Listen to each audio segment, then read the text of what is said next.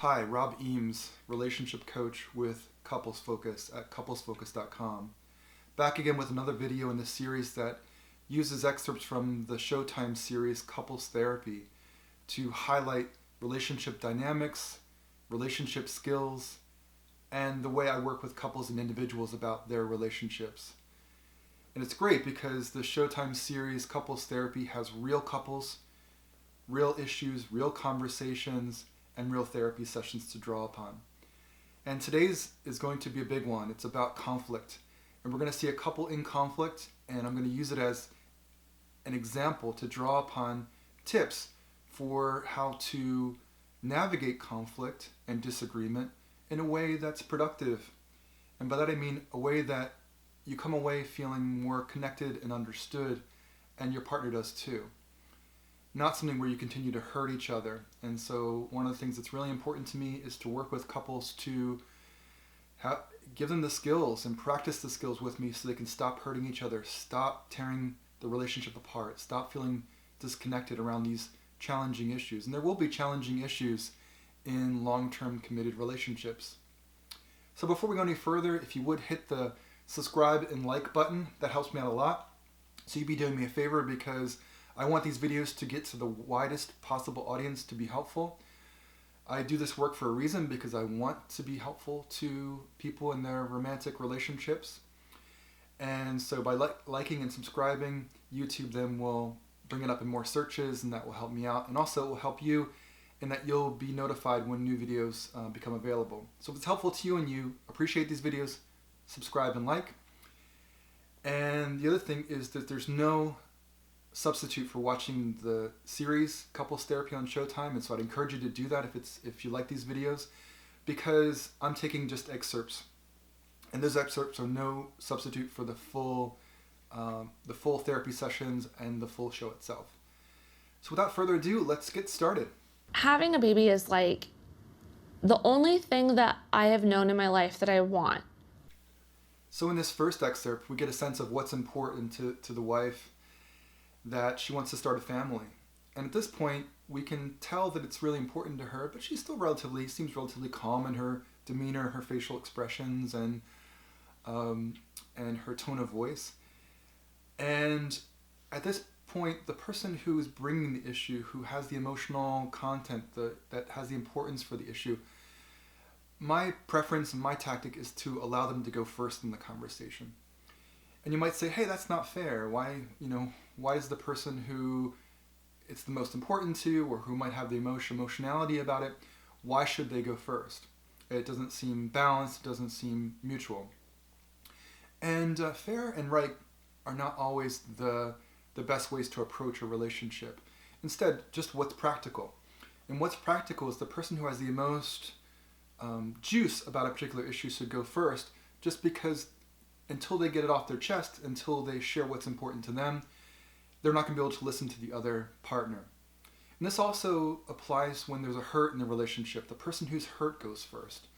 And the dynamic is they get to share, they get to say what it's like to be them and be heard and understood by their partner. That softens things a little bit. Feeling heard and feeling understood brings the emotionality down and resources them. It lifts them up in the sense of having more resources to bring to the conversation so they can actually hear their partner, and so they can actually be a full party to the conversation. And one of the disclaimers here is that I have reversed the order in my edits of the order in which they go in the Showtime series Couples Therapy. So in this case, the wife who wants to start a family went second, and we're going to see what happens when that happens. The person with the most emotionality or the most hurt, when they go second, we're going to see what happens in the next excerpt. It felt like she was taking this away from me. So now we're starting to see what happens in this second excerpt, that it ratchets up a little bit. She's starting to blame her partner, her wife, for getting in the way of what she wants. I want this, you're the obstacle. And so that's a pushing away, it's a blame. It's not focused on her experience anymore. And so here we've taken a step out from a productive conversation. Emotions are getting a little bit higher for her, and she's going to become more, it's going to be more difficult for her to hear and have full participation in the conversation. She's going to be talking and acting from her pain. And so what should have happened, or what would have been different? In the coaching sessions that I navigate with conflict and difficult conversations, she would have gone first, so now she's going second, and we'll see what the other partner says a little bit later on, what she said first. And also, she didn't receive any understanding or acknowledgement, right? So she says what's important to her, nothing happens, she doesn't feel that she's understood, and now she ratchets it up a little bit to get more attention and more awareness. Hey, this is how important this is for me. And that comes out from her pain as blame. It's you that's getting in my way. That's what it is. It's not me. And so what should have happened is, if she should have gone first, that's the first thing. And the second thing is that I would have coached her wife to give her empathy and to say, hey, what I'm hearing you say is that starting a family is important to you. And then we would have gone deeper, and I would have coached her to go deeper and ask her to share more about that. So the focus would have stayed on her, and why is it important to you? Getting to the deeper level of not just the content, but why? What's important to you? And that's really where the conversation should have gone. And we'll see where it goes from here. And I still think it sounds selfish. I think that those concerns are valid, but it doesn't feel valid enough to kick it down the road further.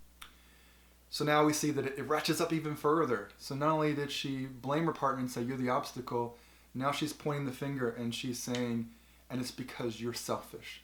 So she judges her partner and she says, I'm in a position where I know what your motivation is. I'm making an attribution to you that your motivation is that you're selfish, that you're just absorbed in your own needs and you don't have enough resources and concern and care for me. And let's just pause there and say that this is the pain speaking, right? The pain is saying, my guess is that she doesn't really feel that way. But here's where in romantic relationships where the stakes are high, where there's these important issues like starting a family, where partners can start hurting each other. Not because they don't care for each other, they don't love each other, but because they don't feel heard. It's an important subject. They share and they don't get feedback that they're understood. They ratchet it up.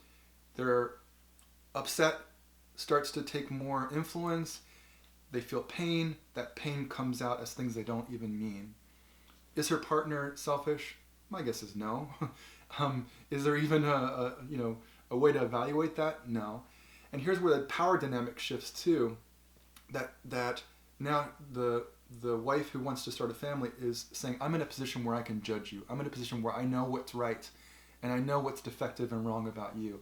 And that just sets up the power dynamic to where it's not a mutual conversation anymore. And also by hurting her partner as a way to get attention and to show how important this is to her, now probably there's some emotionality and some upset that's happening in her partner too, which is going to make it difficult for her partner to be fully present and open and understanding. So it's a defeating strategy, it's tragic, and it could have been avoided. So we'll see where it goes from here. It would be 5 years out, like a couple years ago. Mm-hmm. And then 6 months later, Sarah would be like, I'm ready, I want kids. So once again, just to restate that I reversed the order in which the couple spoke. So now we're hearing second the wife that actually went first. So in the therapy session, it started with the wife that had a different timeline, a longer timeline for when she wanted to start a family. And so you can imagine that the wife who wants to start the family is sitting there listening for a while, patiently probably, listening to her wife talk about, here's all the reasons why, and she's just sitting there going, what about me? And that's why it ratcheted up and escalated so quickly and why the emotionality was there.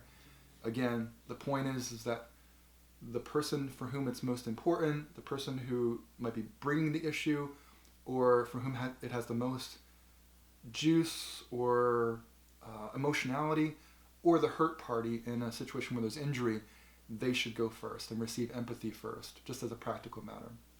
Because here we're seeing that the wife who wants a slower timeline or a different timeline, wants to start a family not immediately, she has good reasons. She has really good reasons. She's saying, and she's also very clear, I'm just confused. We were talking about years, the plan, then we're talking about months, and now we're talking about now, and it keeps changing. How can I plan for that? And she's just asking for mutuality. She's asking for predictability. She's asking for both of them to be on the same page for understanding and shared reality. And because it keeps changing unpredictably, she's feeling confused and surprised and doesn't know how to ride that wave with her partner. And she's asking for mutuality. Hey, starting a family is both of us. And so it's something that we both need to agree on and we both need to be prepared for. And she's raising her hand and saying, I'm not prepared right now. And so she's raising some fair points and perspectives that could have been heard and understood if the other person was ready to do that by having shared first and having been acknowledged and understood first. But because it came first, it landed on deaf ears. My guess is the wife who wants to start a family immediately was overwhelmed with her own stuff about, well, what about my needs and what about what's important to me? So valid reasons, valid perspective that went unheard. And so if we would have gotten to the needs level for the wife who wants to start a family, why now? Now we could get to the needs level, what's most important to the wife who wants more time to prepare, wants more mutuality, and say, okay, how do we balance those needs? And that would have been a much more constructive, productive, connecting conversation. And let's see what happens from here. The last excerpt is next. I wasn't going to just say yes. I wasn't going to just bring a child into this world to fix this. Right. So in this last excerpt, what you don't see is what I've edited out, which is some exploration of depression. The wife who wants to start a family immediately, it's brought out that there has been some history of depression and some recent struggles with depression. And so that's what the other wife is saying when she said, I don't think this is a good reason to bring a child into the world to fix this. That's what the fixing is. And so here we have more that's uncovered as the conversation evolves. And again, having all these things on the table requires resources and resilience and being able to hold them holistically and fully and explore them together. There's a lot of good reasons here why is now the right time. Are you prepared? Is your emotional wellness at a time? Important questions that I as a coach would raise if the conversation was managed in a way to allow them, which is, will bring a new person into the world that you're responsible for enhance and fix these things, or will it exacerbate? And I've seen couples do this where they feel like there's something missing or a child will bring us closer together, and bringing a new life into the world and being responsible for a life and all the work and all the investment and worry and all the impact on that child and that person as they grow up, those are huge considerations worth pausing and reflecting. Is now the right time? Are we ready? Am I ready to be a mom? Are you ready to be a mom? What about the emotional wellness issues? What else? Why does it keep changing? Why do you think that it's going to resolve some lack of meaning in your life? What if you were to address that and fill your life up with joy and meaning and purpose prior to bringing a new person into the world that's a part of our family? And so those are the things that could be explored in a more productive conversation that don't get heard or don't get explored here. And so what do you, it might be helpful, what do you do if things don't always go to plan? And if one is just self-awareness and noticing what's going on in the room and maybe taking a break and say, hey, I can see that there's blame, there's judgment. I can see that maybe you feel overwhelmed or I feel overwhelmed, and let's take a break. And that gives an opportunity to come back to the conversation when there's more resources and more resilience and more curiosity for both sets of experiences. So again, both experiences here are valid. They're both, here's what it's like for me, here's what it's like for me. And it's just sharing those things. And the goal in these difficult conversations is and these big decisions about starting a family, is to do them together. It's we, it's us. And once you start talking about, you did this to me, or why are you such a fill in the blank, then it's me against you. And the partners are are ripping their relationship apart, they're hurting each other, and they're not in it together, which is no place to talk about big decisions like starting a family. So if this was helpful to you, again, please, it would help me a lot if you subscribe and hit the like buttons. I really appreciate that. Get the word out to larger groups of people where this could be of service to them. That's my goal. And if this resonates with you, I hope you give it a try and see how it goes in your relationships.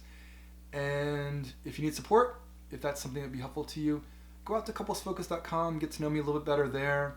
There's more information, more resources, and there's an opportunity, there's a link to request a free initial consultation. And that's a way that you and I can explore it together to see if I could be helpful and if there's a good fit to work together. And so I'll see you next time.